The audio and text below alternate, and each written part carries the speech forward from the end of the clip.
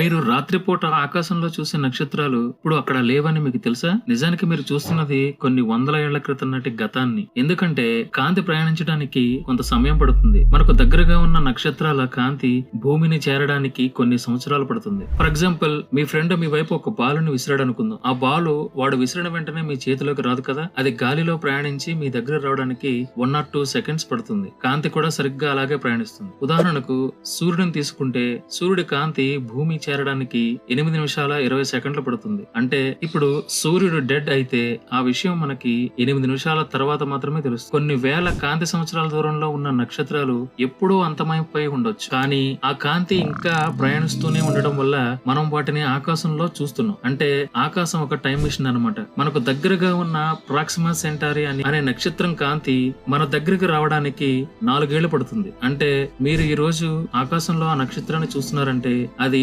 2022 సంవత్సరంలో బయలుదేరిన కాంతి అన్నమాట.